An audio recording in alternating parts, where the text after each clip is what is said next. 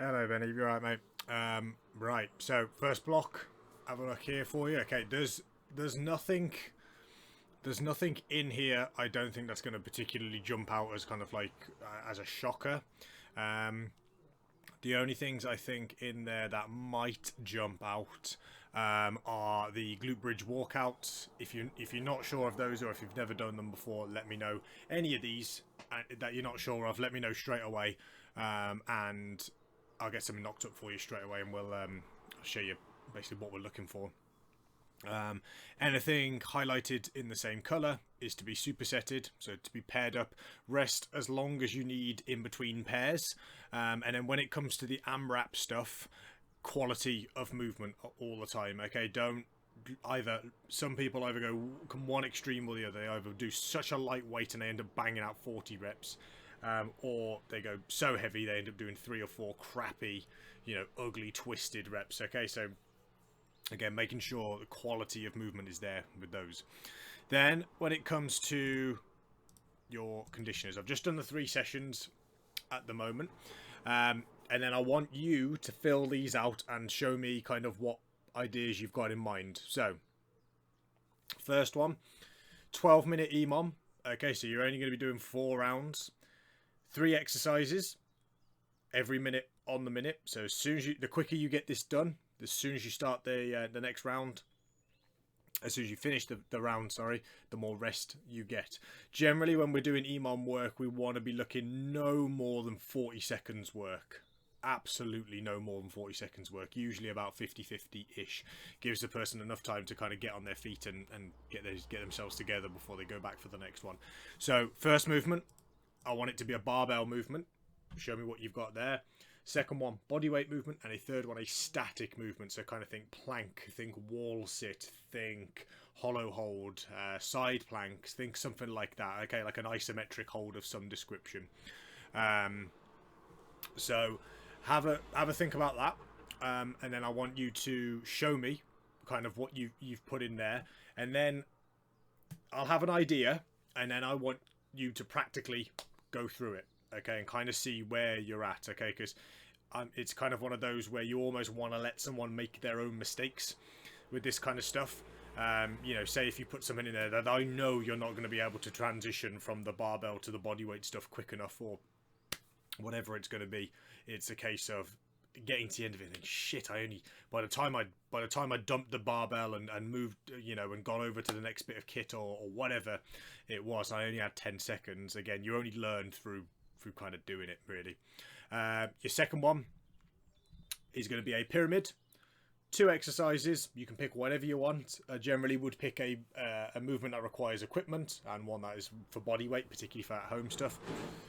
You're going to have a 10-minute time cap. You're going to do 10 of each exercise, 9 of each exercise, 8 of each exercise, 7, 6, 5, 4. So obviously as you go further and further through, the rounds are going to get quicker and quicker, but you're more and more gassed each time you go through it.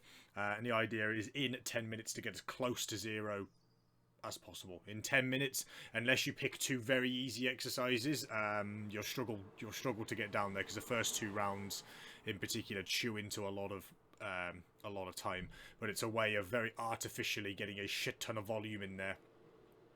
And this is something that doesn't necessarily have to be used in a conditioning kind of format.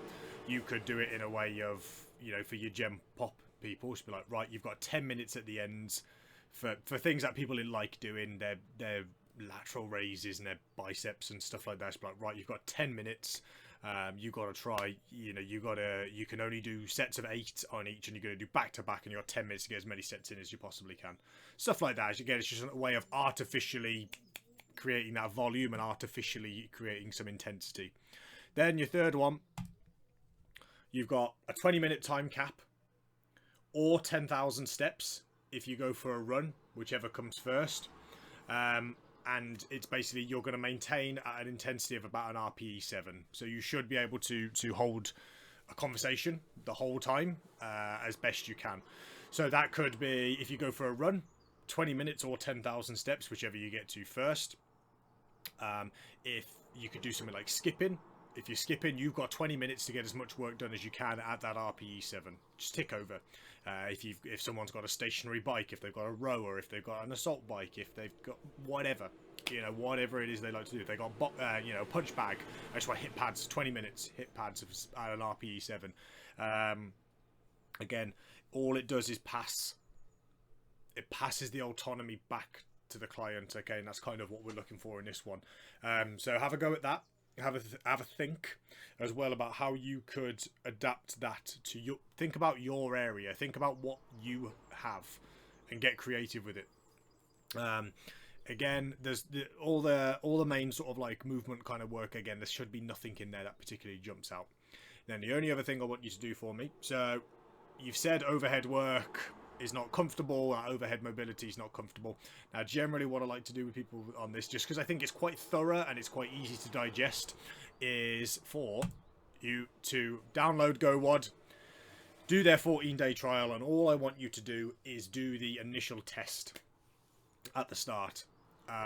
So all that the test does is takes you through various it's almost like an FMS, really, like a movement screen. It'll take you through various bits and bobs, and basically it will give you a readout of where is particularly bad, just to kind of confirm where we're at, really. And then from there, like I said, I would screenshot that, ping that back to me. And again, I like to use this with people as a more thorough way of doing it, because when you're trying to assess movement through a screen, the camera's always going to be a little bit off, or you're not quite able to get exactly what you're looking for, and it gets a little bit skew-iff. Whereas this is, you know, there's about 20 movements. I think it's a little less than that. It's brilliant. So give that a go, and let's actually confirm. Excuse me. Let's actually confirm what the issue is. And I think these guys, when it comes to their actual programming of rehab and stuff, they go way overboard.